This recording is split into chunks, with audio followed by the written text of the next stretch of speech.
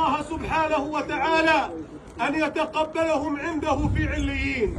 اللهم اغفر لهما وارحمهما وعافهما واعف عنهما ووسع مدخلهما وابدلهما دارا خيرا من دارهم وأهلا خيرا من أهلهم وجيرانا خيرا من جيرانهم وثيابا خيرا من ثيابهم. اللهم اغسلهم بالماء والثلج والبرد، نقهم من الذنوب والخطايا كما ينقى الثوب الأبيض من الدنس، باعد بينهم وبين خطاياهم كما تباعد بين المشرق والمغرب. اللهم ببركة غزة وشهدائها أن تغفر لهما يا رب العالمين.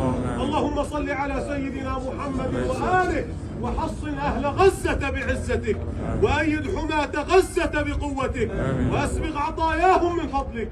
اللهم توحد بكفاية موانهم واحمي حومتهم واحفظ حوزتهم وحصن ديارهم واحمي أعراضهم واحفظ مجاهديهم واشحذ أسلحتهم وكثر عدتهم وعتادهم. اللهم عليك باليهود ومن والاهم، اللهم عليك باليهود ومن والاهم، اللهم عليك باليهود